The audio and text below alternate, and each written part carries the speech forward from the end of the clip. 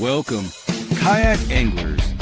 You are tuning into the Paddle and Fin Podcast Network, kayak fishing's best network of shows with great hosts covering all things kayak fishing, bringing you special guests covering topics such as shore fishing, river trips, gear reviews, angler profiles, tournament news, and more.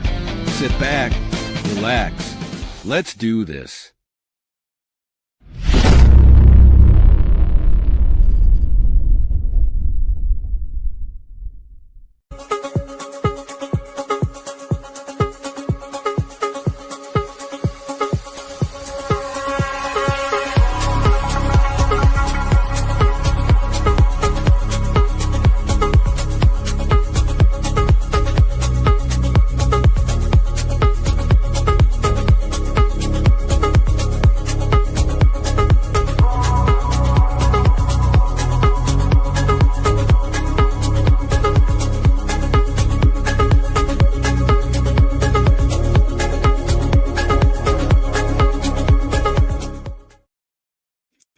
What is going on, everybody? I'm your host, Adam Frost, and I welcome you to the River Run Podcast. I am excited about this episode. Why? Because it's going to be spooktacular. Because it is almost Halloween. Halloween is like my favorite time of the year. I love all of that, everything with it. Yeah, especially the candy. The candy is my favorite part. You know, I like the pumpkins too. But yeah, no, all the spooky stuff out there. It's definitely good. This episode, I'm excited. I have a guest coming on. His name is Yak Heppner.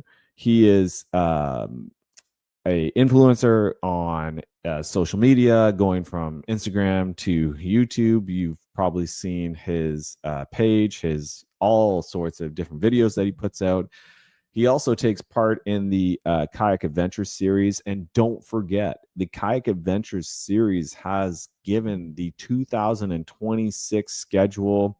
It's got 6 events on it. I think there's only one that's still up in the air by the looks of it. Says Indiana, but to be announced. But yeah, no. So for the most part, yeah, don't forget, go check out the kayakadventureseries.com. It's got the events up there, and you can make sure to find a spot that fits your schedule, your time, whatnot. Go join an event and go have some fun at the Kayak Adventure Series at their 2026 schedule, which you can find kayakadventureseries.com/events. Another thing, I got out on the river. It would have been the anniversary of my accident, and that was a pretty awesome day compared to the year prior where I got smoked by a tree. Yeah, like I caught my my third muskie of the year on the river on an umbrella rig, which was pretty badass, and I didn't even have to handle it. I got it in my Yak Attack leverage net. Everything came apart. I was like, perfect, here you go. And then, yeah, I got on to a jerkbait bite. And then it really kind of died down. And I began that process of dialing it down, beginning to, started with what I was making a lot of noise with. And I ended the day, working the 3.25 Big Joshy swim bait. Yeah, and it was like a very finessey little bite, just a little swim bait. And yeah, I was picking them off at a nice little log jam. And I was also visited by a beaver, which scared the living crap out of me when it smacked its tail on the water. I honestly thought there was like a tree or branch coming down. And I was like, oh my God, what's happening here? And then I continued fishing and I snagged. And then I was like, oh, okay. Went and got my lure back. I casted right back into that spot. And I tell you, I pulled another 3 smallies out of that same spot that I thought I spooked the whole. I thought when I had to go in there, I was like, yeah, they're not going to be, they're going to all scurry. Nope. They did not. They stuck around, and I got to pull each and every one of them out of there. So then all of a sudden I start to hear like these like leaves and branches breaking, and I'm like, oh God, right back. It's almost like a weird flashback, you know? Like I remember hearing that snap, but I remember anything after that. And all of a sudden there's like a herd of cows coming down to the river, like legit, like a full-on herd of cows. I believe that, well, they're the black and white ones, so there must be dairy cows. And yeah, so it was kind of cool, and they just kind of looked at me and I looked at them, and yeah, they just kind of trucked on along. And I don't know, like I was visited by all these creatures. And you know, it's like my year anniversary from my accident, and it felt good to still be able to get out there. Still got that river rat passion. And yeah, you know, like I always say, I'm always grateful to still be here, and I'm thankful for every day that I get to wake up and breathe. So, but yeah, no, so that's been going on with me. I hope you guys are all everybody's well. Everybody has a fantastic Halloween. And don't forget, go check out the all the necessary stops. You know what I mean? Like check out the River Run podcast Instagram page. Appreciate everybody who likes, shares, and whatnot, especially all of the comments and whatnot that come on through on the YouTube channel. Definitely appreciate that. But yeah, so don't forget, like, subscribe, follow. Appreciate each and every one of you. And don't forget, go check out Paddle and Fin. Paddle and Fin has tons of shows that come out throughout the week. Loads of different episodes, everything from saltwater, freshwater to tournaments, river fishing, you name it. It's there for you. So my guest tonight is Mr. Yak Heppner. Hey man, how's it going? Good. How are you? Good, man. I'm doing good.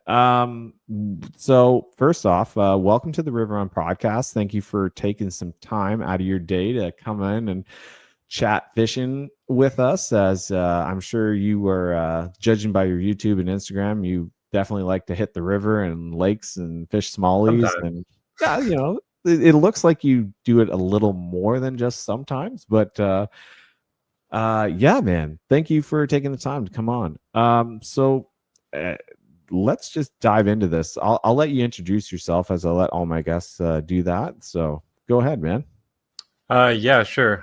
So I post under my brand, which is Yakkin, which the IL stands for Illinois, oddly enough. I mean, when I first made it, I only fished Illinois and mostly Missouri, and I didn't realize how much I was going to travel. I think I've outgrown it sort of, but that's just what I have. So kind of stuck with it for now. But yeah, I work with the Kayak Adventure Series. I'm on the road more than I probably should be, 20 to 30,000 miles the last 2 seasons. So it was a lot. But I got to see a lot of really cool river and do a lot of really cool things. Probably going to run it back again next year. And then after that, I don't know. Next year's kind of like I think we could do it again type year. And, you know, Kayak Adventure Series is going to some really cool places. I'll be at every single one of them. So I'm excited for that. So as like, why don't we just dive into this, since we're already talking about this here? The Kayak Adventure Series, like I got to ask you, like how did this all come about? Like, not, like we don't got to dig up the whole history of it, but like your part in it, like how did that come about? Before it started, Drew Gregory was looking for someone to kind of help on the multimedia and like more logistical side. And he asked me if I would be interested, and you know, obviously I did it. And the first season went pretty well, but I think our last season went perfect. And you know, he kind of had this vision that we would do these big grand award shows, like where people actually want to come watch the award shows, hang out, get prizes, stuff like that. And that's kind of like the genesis of it in the short form, is that we wanted to make an event that was just fun. Yeah, there's some competition to it. You can win a lot of money. We gave away a ton of money this year, but the whole grassroots element was the main sticking point, like what we wanted to kind of see. And I think the Franklin, Pennsylvania Broodstock event kind of culminated into that. And I think it was the vision kind of was there. You kind of finally saw, like after 2 full seasons, like everything that was going on, and it was pretty awesome. But that's kind of the shorthand, is just Drew wanted someone who knew what they were doing, because I've been in digital media for like 15 years at this point. So it was really easy for me to kind of be like, well, you got to do this, you got to do that. And next thing you know, I've done 2 full seasons. And honestly, it kind of blows my mind, because it feels like we just talked about starting it like yesterday. Now, when you said you did digital media, like, was that like a career path that you had taken on? Yeah, sort of. So it was weird. I've worked for a multimedia company coming out of college. I kind of helped them get bigger. We had multiple YouTube channels and stuff like that. I'm talking like, I've got a couple play buttons back there from the ones we worked on.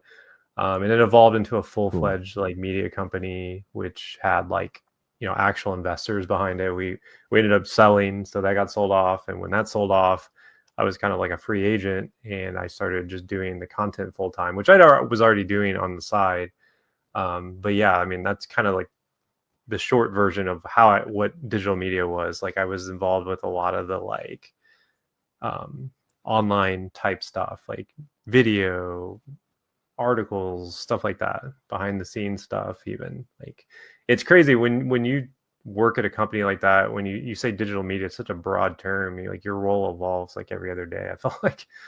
So now, if we kind of jump forward now, and as you take this role with the Kayak Adventure Series, and you're on these digital platforms and whatnot, like, when you get to these events, like, you're more or less like you're working, you know what I mean? Like, you're not, is this your time to fish, or is this, more like go out on the water, create content? Is it, more in the idea of getting the content of, these, grassroots? Because from what I see, like, when you showcase all of the media that comes out, you see that like that camaraderie is there, that grassroots is you can hear the people talk about it, but you can actually, like, you kind of feel that through, just the videos that come out, that, there is that presence, that this is not just another tournament or, tournament circuit that's, stopped here, and these are your top 3, you know what I mean? Like, this is got a little bit more to it, that's for the anglers, I would say. yeah, I mean, part of it is, when I go there, I usually try to get there a few days earlier to do my own stuff for a while, because if I'm going to travel there, I need to make it worth, because I mean, a lot of these were elite, like double-digit hours away. So like 10 hours, 12 hours. I mean, I had to drive to Pennsylvania twice this year, which I don't recommend that. I would be honestly die happy if I never had to drive back to Pennsylvania from Illinois. But oddly enough, we have another one on the schedule next year. But I try to find time for myself ahead of time, and usually there's a lot to be done, but the way it's structured is pretty streamlined now, where I do get more time on the water. And at the last event, I actually went out in a jet boat with my camera to film people. So like, we actually got media in a different way. Instead of like drone footage and stuff like that, we did the jet boat, but then we also met people at the ramp, got interviews on the ramp and stuff like that. So that's kind of the way we're trying to cover it. We're trying to cover it where the anglers are submitting a lot of stuff too. So a lot of the footage that we get, we really encourage GoPro footage. We give out prizes for people who film their catches, stuff like that. So that's kind of how we, all 3 things kind of come together. Now, when you take that footage, like, you send in the footage from your GoPro or whatnot, and then you guys take all those clips and you put them up on a screen, or like, how is it shared? Yeah, we use historic theaters around in each city, and we put it up on the theater screen. So like, we usually work on like what I call is the presentation, which is a working thing that evolves each season. And we use that to kind of put it up on the screen, and it's a lot of work to get it ready between the hours of like 3 and 6, basically. You got to judge the fish, finalize the fish, get them in the presentation, get the media in there, get the video in there. It's a lot of work. It's a ton of work. In fact, like, I honestly don't know how we do it. Sometimes it's so much work. It sounds like nonstop. to be because honest. we have everybody's fish in the top 10 usually. Their biggest fish is on there. And either, a short video if possible, or we try to do like, a fish selfie or something like that on top of it. Wow. That's it's like I said, you guys are kind of it's like it's for the angler. Like it's, you don't see a lot of tournaments, I guess, that would do that. You know what I mean? Like you would see it, I guess, if you fish the Bassmaster, because in that sense, the fish are right there. But what you guys are doing in a catch and release environment is, you're taking this footage and throwing it up there. Like to me, like if I was an angler and I was in the top 10, like that would be pretty sweet to see, like the catch, and it gives that entire crowd the moment to, almost relive the story of that catch, with the individual who is in that top 10 position. Right. I mean, that's kind of what we're going with. Like we try to make it, because like we'll even call out people who are like right outside the money sometimes, because I feel like, we averaged well over 100 people per event basically. So like to crack that top 10% was a big deal, and I think at Susquehanna we had 168 or something. So we tried to give the top 15% like a medal, even like we've got these like custom medals that kind of commemorate the event. So when you guys begin to actually choose your locations or the cities, how does that work? You know what I mean? Like, because like this year you had 2 events in Pennsylvania. Was that just kind of something out of luck, or was that just, the cities aligned for it? The cities aligned. The Susquehanna event was kind of an extra event. We initially didn't plan on going there, but the city was very eager to bring kayakers there because Bassmaster wasn't there this season. And so we were in Bloomsburg, which is a great host city, and they're actually going to be, I think, working with Bassmaster in the future for any events that they'll be going there. So by us going there, it kind of opened the blueprint for a new city to be the host city, because usually in the past it's been Lewisburg, which is way up on the up like kind of like where the convergence is right there, where all 3 branches kind of come together. I say 3, I mean 2, and then it forms like the main stem. But they had historically been the host city, and now Bloomsburg's kind of stepped up and said like, hey, we want this commerce, because they see like how much traffic it brings in. So it's got to be huge for if not all of the cities that choose to host the Kayak Adventure Series, like because of if you guys have that dinner at the beginning. And what I noticed too is like Drew does a phenomenal job of not just talking about, the fishing or the rivers, the tributaries, the lakes, or whatever is within those boundaries, but he does a phenomenal job just talking about the actual city itself, and like, oh, check out like you said, like this old theater, like this is where the awards are going to be.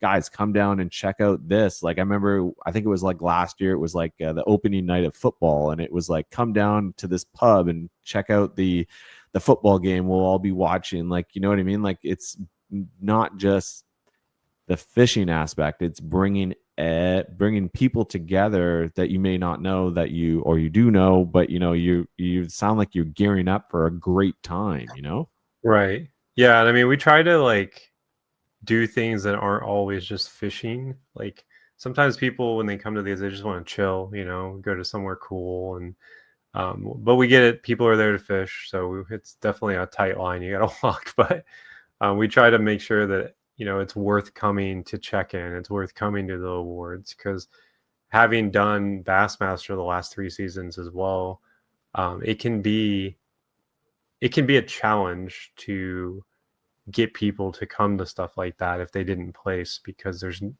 really no reason to go to an awards thing when you're not in the top, paying. You're not catching a check. So we tried to kind of buck that trend, and that's why we have all these like extracurricular, I'll call them, events and stuff.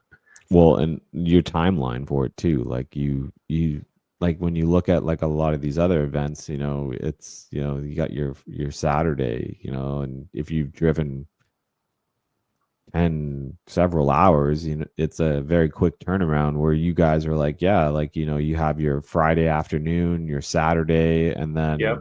then home that's by Sunday. It's like yeah. I've always been home by Sunday unless I decide to stay and fish more, which has only happened like maybe twice. So you were talking about the Bassmaster. Was that something also that you had taken part in? Yeah, so I fished the Bassmaster Kayak Series 3 seasons in a row. Actually, technically 4. I mean, I've done them. So I did a few, but I took them more seriously the last 3 seasons. This season was awful, so like we don't even need to talk about this season. But it was We don't definitely have to talk. the previous 2 seasons. I qualified for the Bassmaster Kayak Championship. I was like, I think 2 years ago I was like 29th in AOI, and then last year I was like 30 something. This year I'm like 600. But then again, like I had like an awful event on 10 killers, so it's like not surprising. And I didn't even fish the last one, but I mean, that's kind of fishing. It's very cyclical. There wasn't a lot of areas they went to that I think catered to my strength very well. And that's mostly on me. Like I am a good lake fisherman when I want to be, but I got into a rut the last like, I don't know, 20 months where I was just really just like, oh, I don't want to fish a lake anymore. And when you think like that, it's hard to kind of like force yourself to do it. And so I was trying to like basically put a round peg in a square hole, or whatever they say. So Oh yeah, okay. Would you say that it's kind of, you've taken a liking to another style of fishing opposed to lake fishing that kind of like has sort walked of. you away from it? Yeah, I think part of it is that when I first started kayak fishing out of an old town, pedal drive, and it wasn't my first when I first started, but when I started to get a little bit more seriously, I fished a little bit more methodical. Like I am mildly proficient at electronics and somewhat live scope. I was an early adapter to it, but I just don't really like fishing with it as a general rule. So you probably have never even seen me use it. Like I don't post about it super often. And so the first 2 seasons I did have that on my kayak. Last season I kind of switched back into just fishing a lot faster and just covering water and just fishing areas that I thought would have fish. And it's just the logic of, oh, you'll run into one. And it worked pretty well. I mean, I had a pretty decent tournament on Dale Hollow on the first day. The second day was kind of rough, but it's like there's lakes that really work with that, and then there's lakes that don't. And a lot of the lakes in the schedule this year didn't really play to my strengths. And the one that really did was way up in upstate New York, and it was like 22 hours away. And that was Champlain. Lake Champlain. Yeah. Which I would have loved to have gone to that. I considered it till the bitter end, and I'm just like, I can't do it. I can't drive that far. So yeah, that's a good hike. Yeah, and I mean, I've always wanted to go there, but I mean, definitely different. You'll have to catch it a different time, I guess. So yeah, it's I've never been on Lake Champlain. I've always wanted to go.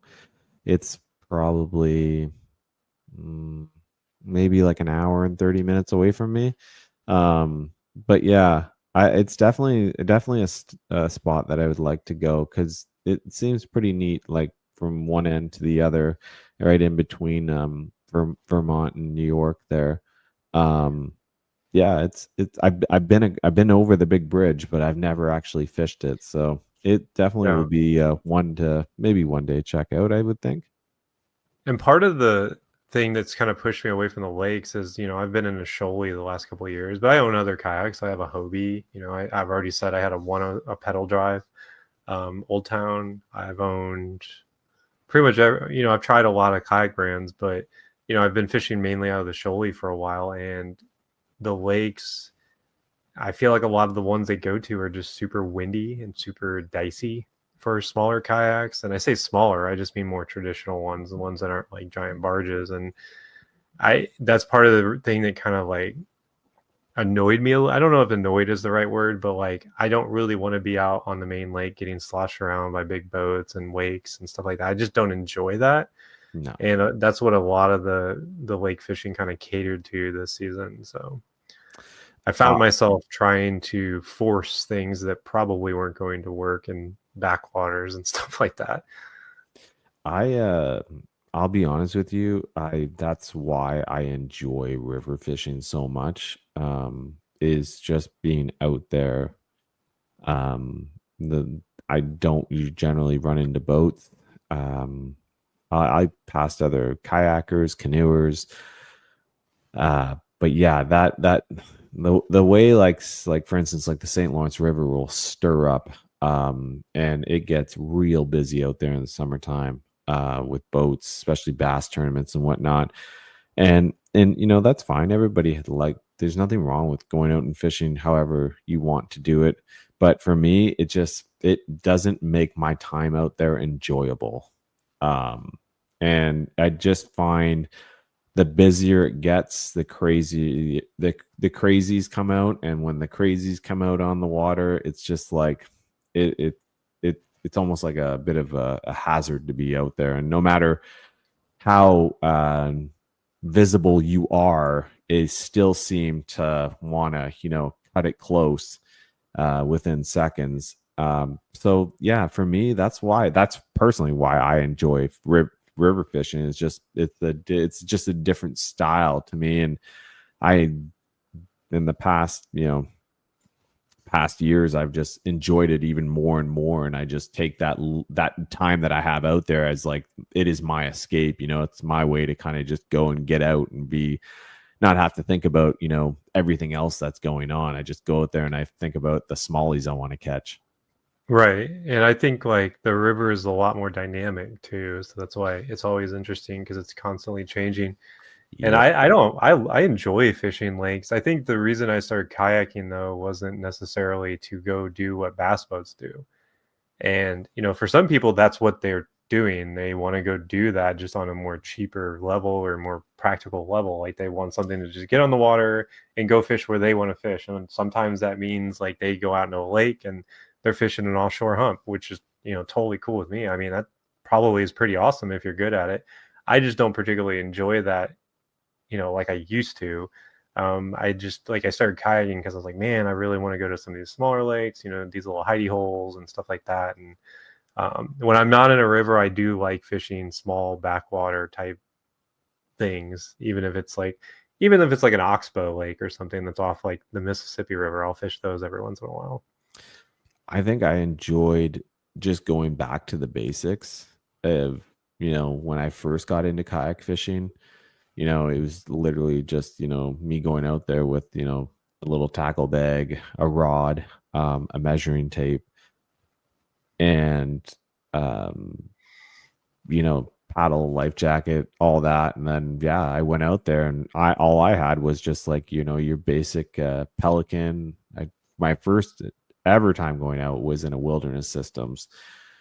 And I'll be honest with you, just that simplicity of just going out there with just like, just a little bit of gear. And then of course, you got really into it. And next thing you know, you had to get that, bigger kayak. And then you added in like fish finder, and oh God, then you brought everything but the kitchen sink, and next thing you know, you're like, it's like, yeah. And for me, fishing deep water smallies was something I really enjoyed, running drop shots and Carolina rigs and oh God, you name it. And it was fun. But yeah, like kind of going back now and just the past 3 years, it just dialed it right back down to just being more of a minimalist and going out there and having just what I need, not having the overbearing of taking everything I need with me, other than the essentials that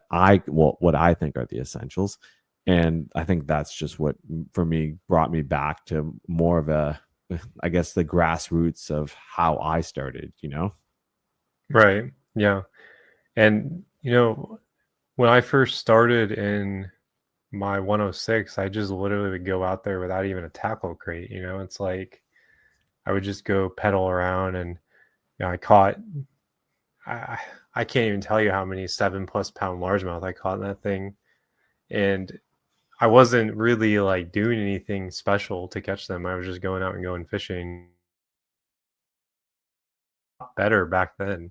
And I don't know if the fishing has gotten worse or like I have like kind of like moved away from the bigger, like I don't target big fish anymore, right? I go to places that I think are going to be interesting.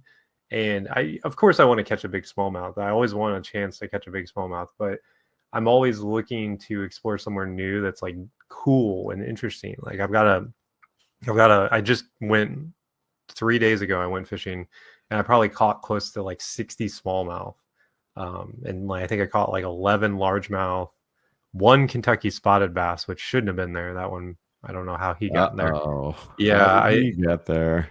Yeah, so these are the Kentuckys are technically native to that water. They just don't get that far north. So I was a little confused. And I think a lot of people, if they knew where I was and where I caught it, would be like, oh no, they're going north.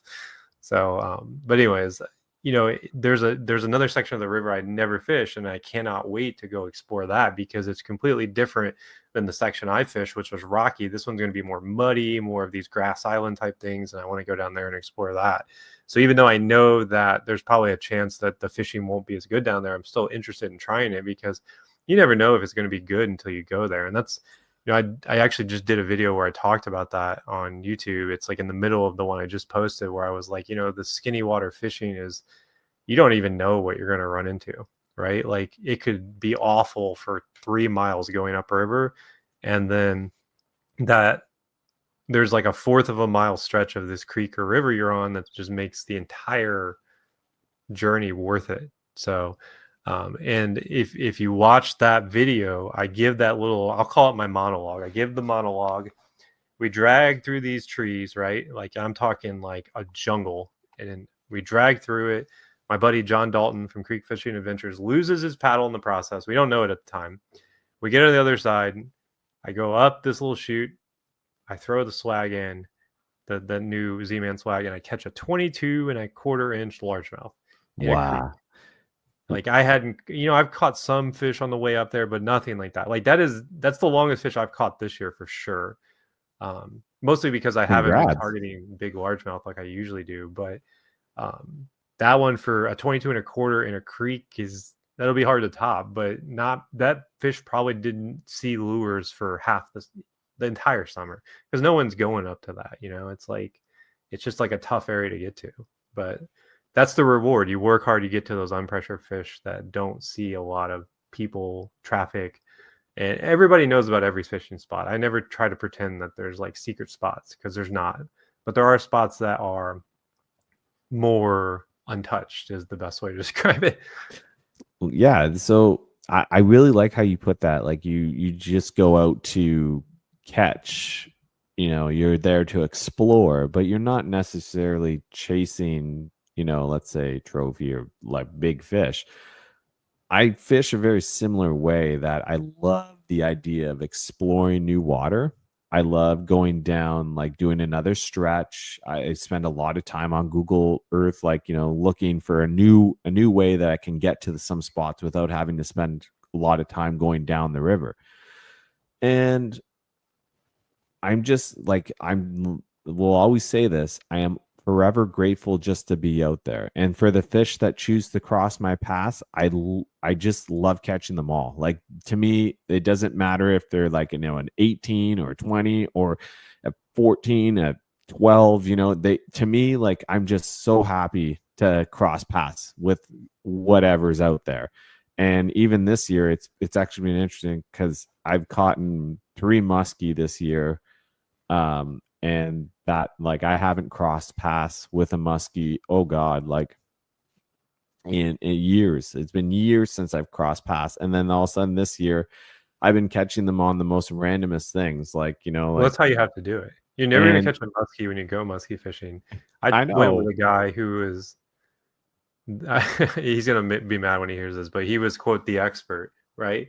And I went with him and I was like, I showed up with a very specific thing because I was like, well, I know what they're feeding. It's December, like the bait fish is small. So I caught it on an umbrella rig, an A rig, a small one. No way. That's what I caught mine on. We can only have, I think it was 2 hooks on mine or 3. I can't remember what the rules were for that one. Whatever it was, I had the right amount of hooks, but with a little bait fish, and I caught 8 muskie in like, I don't know, an hour.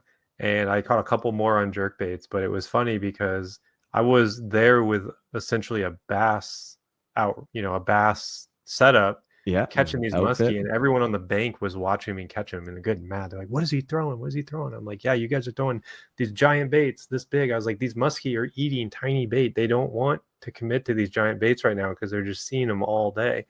And I told my buddy, I was like, dude, there's one thing. If you want to catch a muskie when you don't want to, throw a chatterbait because they love things. Yeah, it's funny you mentioned the umbrella rig because my last outing, I decided, I was like, you know what, I found this box of plastics and I'm like, okay, like let's just see what I can find here for small paddle tails. I'm like, okay, there's like a bunch right there. I'm like, perfect, I'll rig it up and we'll try throwing an umbrella rig the next day. And I'm not kidding. I probably made like maybe 4 casts with that thing. And all of a sudden this muskie hit it. And I was just like, whoa, what's going on here? And like, it was probably about, I don't know, maybe a 4-minute fight, if that. I got him in there right into my Yak Attack leverage net. And instantly the one hook bounced off. I was like, sweet. I'm like, okay, cool. And I just kind of sent him home. I didn't want to really take him out. I just was like, yep, you're going. And he just went right back and along he went. And I was like, wow, like that's sick. Like once again, like I was not going muskie fishing. To be honest with you, I don't really fish for anything else but smallmouth. And so, but once again, I'll take the fight with the muskie. Like it was fun. It was cool. They're a pain to handle. That's my only thing. I don't want to handle them. Like I don't. And we got to the point that day. I was like, man, I don't even want to catch another. And I know that maybe it comes off wrong, but it's like unless it's a giant, it's like you don't. It's just like, oh man, another 34, 35-inch muskie. Like it's like and they're hard on your gear, man. They destroy your treble hooks, they destroy your A-rigs, and my A-rig was done. It was done. Yeah. Like it was bent. It was done. Like I was like, okay. And if you ever want to make the muskie community mad, all you got to do is call 40-inch muskie big, because in one of my videos that did really well, I had one eat it and I was like, oh, nice. It's a big old muskie. Very nonchalant. And everyone's like, oh, you think that's big? And I'm like, okay, here they come. Oh, the haters. Yeah. Keyboard warriors. You know what? Like, I don't know. I was pumped to catch it. Like it was cool. It had some pretty neat pattern on it, but I just sent him home. Like, you got to go back. But it's true though. I got to agree. When I look at the bait fish presentation in my river, I'm like, I'm trying to match, size right now. And it's true though. Because I was also throwing a 7-inch Nessie, which wasn't getting any attention whatsoever. And it's the umbrella rig with I want to say they were probably a 3.5, let's say, inch little paddle tail on the back. And I'm telling you, that muskie made quick work of that. Like it was not I get why he was chasing it because the bait fish presentation, but still I thought maybe he would want to go for the Nessie, but no, he did not. Yeah, muskie are weird. I mean, there's points in the year where it makes total sense to downsize. And, I was aware of that just from my experience dealing with them, and I very rarely will fish for muskie outside of like October to like March, because it gets so hot here that it's really hard on them. I caught one up in Minnesota this year and I honestly tried my best to just leave her in the water the whole time, because I mean, it wasn't like super hot that day, but those fish are so fragile when it's hot because they're just such a big animal that it requires a lot of oxygen to keep them going. A lot of people think they're like fragile in the sense that they're just not like strong. It's just they're big, it's like bigger animals require more oxygen. And when you take them out of that scenario, they die really easy. So, I've always tried to be very cognitive of, of that sort of thing. So, well, and I got to agree with you on that, because the one thing I found is when I listen to people talk about muskie fishing, they talk about like after they've caught the fish and how long they'll spend having to maybe revive it, because like this muskie has really just fought itself to the bitter end. Yeah, they fight them too long. It's like the classic thing that you'll get criticized for is fighting a muskie too long. And I was like, you know what? Like the sooner I could get this thing in, I didn't want to say I was going to horse this thing in, but like I was not going to let this thing kind of like swim around with that umbrella rig in its mouth. Like I was like, we need to get, and one of the other things too, I'm always, I don't want to be that person that like glues the mouth shut of a muskie with like a treble hook bait. You know what I mean? I know it probably happens quite a bit, but like there's just times where I'm like, oh, like if I know they're in there, it's like I'll honestly like I won't throw a treble hook bait out there because I really just don't want to lose it. Like a jerk bait gets hung up and then it snapped the line. You know what I mean? And then there you go. You've that mouth is just glued shut now with treble hooks in it. So like I generally try to just keep it to single hooks at that point because it's one of those things that I don't want to do. But I've caught in big pike before too, and I've had to spend like almost 15 minutes with one just trying to get it to go back out, and I caught it on a chatterbait. And yeah, pike are a little bit more hardy, and I think it's something to do with they don't need as much oxygen because they're more of pike will get in the backwaters where it's lower oxygen. So I don't know if I'm sure some biologist somewhere is like that's not correct, but pike in my experience tend to be a little bit more hardy and beefy. Yeah, and like I said, like it's cool to know that like all the different fish species that are in your rivers, as you can see them, and obviously it's a catch is a catch. You know what I mean? Like we're out there to catch fish, so it may not always be the fish that you want. And I personally, like I said, when I go out there, I target for smallmouth, but it is cool, when you cross paths with all sorts of other little critters that are in and around your water systems. But I did want to, touch too, like your YouTube channel is, like you've got quite an impressive following there. Like you're 5.89K subscribers. Yeah, we're about to hit 6,000 actually. Holy I bet you it rolls over in the next few days here, but and been a good end of the year, I'll say that. So, well, if you haven't subscribed, go check out the Illinois Yakkin. IL Yakkin, yeah, with 2 IL Yakkin. 728 videos right now. Most of those are short form. But YouTube shorts.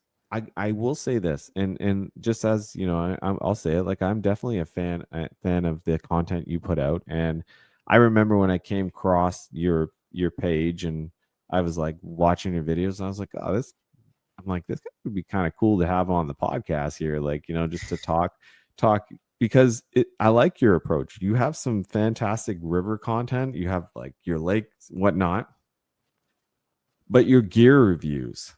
And I just like sometimes your videos when you sit down and you simplify the way that you do things. And I think one of my favorites, if I can remember it, is the one where you talked about you simplify your trips. And you were talking about bringing, like, I think you had like 2 planos. You would maybe take like 3 rods, and this is the reason why you chose these rods.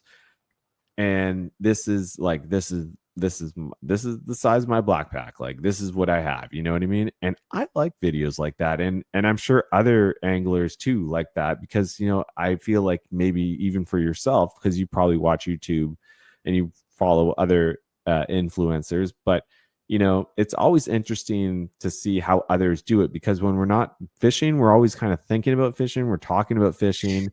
And like, if you look in your background right now, I would say it looks like you have, a tackle storage in here. So don't judge me, guys. It's a mess. And we're not here to judge. We're not. I was filming some stuff today for some companies, and I had to have the tripod out back there. You can see it on the desk, and I was doing some lure stuff, but I had to tear the office apart in the process. That's why I've got rods just laying there, travel rods.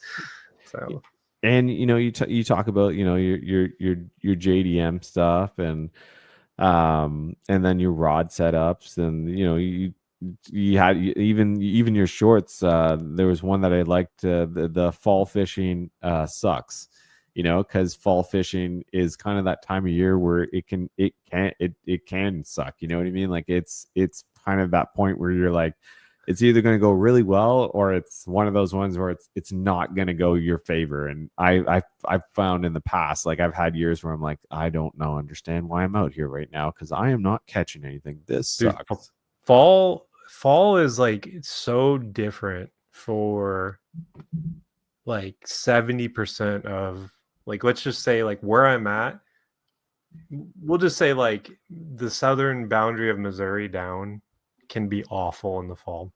Most people in the South, they're not fall fishing fans. When you say fall fishing, they're thinking like late November, right? Because it's so tough in like September and October down south, and like Kentucky and stuff like that. And it can be like that here too. And like, I think, with how warm it's been, this is the first, when we woke up this morning, it was like 43 degrees for the first time. Like it finally dipped down into the 40s for the first time since it got hot. And I think maybe now it won't be so tough, but like fall fishing in general is extremely tough sometimes. It's not as great as some people think it is, but you'll have some of your best days ever just out of nowhere. Like I went to this river, a few days ago and caught 50 fish. I think I only caught 3 fish of merit, but I posted a video today showing catching 2 smallmouth at the same time. I had one. I did see that on you posted that on Instagram. I took the jerkbait, threw it in there, caught the second one. I'm holding both, and it's like, and the second one wasn't like a huge one, but the first one was a respectable fish. It was like I think that one was like 16 3/4, and then the other one was like 14 1/2. But I mean, it's like, that's still cool. And like the crazy part is there's another clip that's better than that clip where I catch 3 of them. So it's just like some days in the fall are just bonkers. Like the fish will just bite nonstop. They'll just eat anything because the water's the right temperature. They're coming down from a hot summer. They're ready to get into their wintering patterns, and they're really predictable when they are. But when they're not, it's just like all bets are off. It's like, well, I don't know what they're doing. So when it comes to fall baits, what's your favorite fall presentation? Well, it's funny. It's actually what I did that video on when I was on the river. And the topic was the 2 baits that kind of like are like 1A and 1B, like the top 2 is like jerkbait, spinnerbait, jerkbait, spinnerbait, like which one's actually better. And I actually think, like, truthfully, the spinnerbait's probably the better one, only because, I've got, look at all these jerkbaits. Like, clearly I like jerkbaits, but I think the spinnerbait is just like one of those things that's a little bit more versatile, right? You can burn it, you can throw it to the bottom, you can slow roll it, you can mid roll it, you can do whatever you want, but it also works a lot more effectively around wood and stuff that these fish are still getting into this time of year. So I caught a lot of my fish on that trip on the spinnerbait, but I also caught them on the mag draft, or the swag LT technically. I would like to try that. The what was the other? And then the jerkbait, like I caught some on the jerkbait, but like it was definitely like a spinnerbait bite. Like the jerkbait was just kind of like, it's there, but it just wasn't the right lure. And I think that if you had to like hold a gun to my head and say you have to use a lure in the fall, you got to pick one, it would just be a spinnerbait, just because it's more versatile. So yeah, those were my 2 right there. My 2 favorite fall bites are the jerkbait and the spinnerbait. Now, do you fish trailers with your spinnerbaits, or do you just fish them as it depends. Sometimes if the water, so it's weird, like if the water is super clear, I will, to make it look more lifelike. If the water is super muddy, I will, to give it more bulk, so if more volume in the water. Displace more water. But if it's like heavy current, I will not, because I don't want that getting wobbly and stuff. Or if it's like, if it's just like standard conditions, I'm just running it naked. I've caught so many fish without a trailer my entire life, and I've been fishing spinnerbaits religiously since I was like 7. And I started with trailers with the Man's twin tail thing that came on the Man's that kind of go like this. Yeah. Started with it. They stopped making them. I never looked back. I never put them on there again. And it wasn't until the last like maybe 4 years I started experimenting with trailers again every so often. But I know that wasn't a definitive answer, but the real answer is sometimes. I do not fish spinnerbaits with trailers. I don't know. It's one bait that I don't ever put a trailer on, and maybe I should try it, but I don't know what it is. Every time I'm throwing a spinnerbait, there's no trail on a chatterbait for sure. Swim jig. Oh yeah, you can't throw a chatterbait without a trailer. I'm sure I'm sure there are people that do, you know what I mean? Like, but yeah, no, I definitely I don't know, maybe that'll be something to try one time. The Swag LT, that's a new bait from Z-Man that came out. Yeah. What size did you go with? The 5, or what is it? The 5? Yeah, so in the 6? video I just posted, it was a 5. That was the perch one, right? Perch one. And then 3 days ago when I was out on the river, I was throwing the 6. I think they have very different actions. The 5 seems to be more of your traditional style, whereas I feel like the 6 was a little bit more tight. So I think that might put some people off to the 5. But I mean, I caught a lot of fish on the 5. I purchased the 5. I bought 2 of them. I just haven't got them yet, but yeah, I'm interested to try them. The 5-inch. I have lots of 6 and 7-inch baits, so I thought a 5 might be, I don't know, might be a neat bait to try.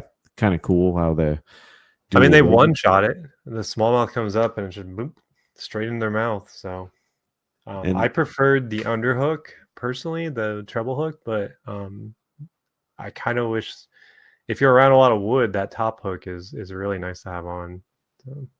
That is good to know, because I will take a whirl at both, because usually, like, even in the mag draft, like I have the 6-inch mag draft that I throw, that it has the treble hook obviously on the bottom, but I also throw the freestyle where it has the embedded text pose hook, and I seem to have more luck with the freestyle than I do with the mag draft. I don't know why, but yeah, it's kind of similar bait, but maybe just rigged differently. I'm not sure.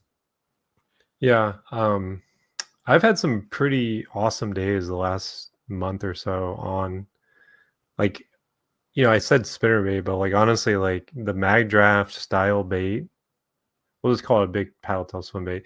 They just get bit in September. It's subtle enough that it's not super imposing, and it looks just kind of like a dumb shad or sucker or whatever you want to call it, kind of just moseying along, and they're like, oh, that's not so bad, I'll eat that. So yeah, time to munch. One of the things I wanted to ask you is, since this is a Halloween episode, I wanted to know, do you have a favorite horror movie by chance? Are you into horror movies? I really like Pet Sematary, jokingly. Yeah, I remember that. Yeah. It's a good one. It is. It's a classic. But if you were to go fishing with one horror movie character, who would it be? Well, I mean, why? if it's a fantasy booking, you maybe like Freddy Krueger, because you know he can make dreams come true. So maybe he could put you on a PB. You know, dude, I like that approach. So I would pick Jason, because no matter what, Jason will always go and get your snagged lures for you, because he'll go into the water and he'll obviously be able to tell you too where the fish are. But yeah, no, it's definitely. Now, if you were to take one Halloween candy, what Halloween candy do you think would actually work as a lure? Probably one of those dumb gummy worm things, you know. You can't do chocolate because it would melt in the sun probably. Yeah, But, it probably would. I like, I honestly, bet you could catch some fish on a Sour Patch Kid. or I thought about maybe even like if you took like those you remember those rockets that you could get, and if you somehow got some treble hooks on it, you could throw it like a topwater, like shower blows, the whole time. It'd probably Yeah. disintegrate by the time it got back to you. But yeah, no, it's that is definitely the gummies would definitely work. I don't know, I think I've seen a thing before where it's like a Father's Day gift where the kid gives their dad like a tackle box, but it's got like gummies and like fish crackers and all that in it and whatnot. So yeah, no, I definitely think that if you're gonna be out, night fishing, why not do it with your favorite horror movie person like Freddy Krueger? That is a good one. Now, have you ever hooked yourself with been impaled by a hook at Not all? super bad, no. I had a flipping hook once that I got somehow. I managed to get it like right through my thumb, and that was like an absolute joy to pull out. You gotta get one of those de-hookers. Have you seen those? I think it's like an actual like It's a like tool. It's actually Okay. they're sponsoring the Kayak Adventure Series next year. It's a literal tool that does the braid trick, right? Where you yank it out with braid. Yeah. It does that, but you can do it with yourself. So it's like it's a tool, and you just push it down and you pull out. So you have to check that out. It's good to have. Okay, we'll definitely have to add that to the first aid box, because that would definitely be handy to have. But yeah, no, like as we come to an end of the podcast, I just want to say thank you for taking time to stop by the River Run for the Halloween episode. It's always fun to talk with somebody who is really into the influencer, as you can see on social media through your YouTube and your Instagram, following along. Definitely check him out. But yeah, no, if you want to just shout out anybody like that, you can. If not, let people know where they can follow you. Yeah, I mean, if you want to find me, it's just IL Yakkin with 2 Ks, because somebody has the one with 1 K. So ILYAKKIN. And that's on all platforms. So YouTube, Facebook, TikTok. Because believe it or not, I do post on TikTok too. So nice. Okay. So Instagram. And obviously check out the Kayak Adventure Series, because you'll be there somewhere in the crowd, I guess you could say, or on the stage. I usually do check-in. So if you come, you see me. So well, that's cool. No, like I said, Jack, like I just want to say thank you very much for taking time to check out the River Run podcast and also be a guest. And yeah, man, like really appreciate you coming on. So thank you for taking the time. Yeah, thanks for having me. It was fun. All right, dude. We'll see you. All right. Take care. Thank you for tuning in to the Paddle and Fin Podcast Network. We hope you enjoyed the show. Don't forget, for future shows, like, follow, share, and hit that subscribe button. Make sure you check out our individual channels and accounts too. Want to be a guest on one of our shows and talk of adventures, gear, or products? Contact us. Thank you for watching The Noob Show with Matt Gibson, Chasing the Tide with Dustin Nichols, The Rusty Hook with John Rapp, The River Run with Adam Fraser Pross, May Contain Fishing with Daniel Woodcock, Chasing the 20s with Carlisle Esterly and Sean Lavery, Friday Night Bites with Brian Schiller. Thanks for tuning into the Paddle and Fin Network. Subscribe and always wear your PF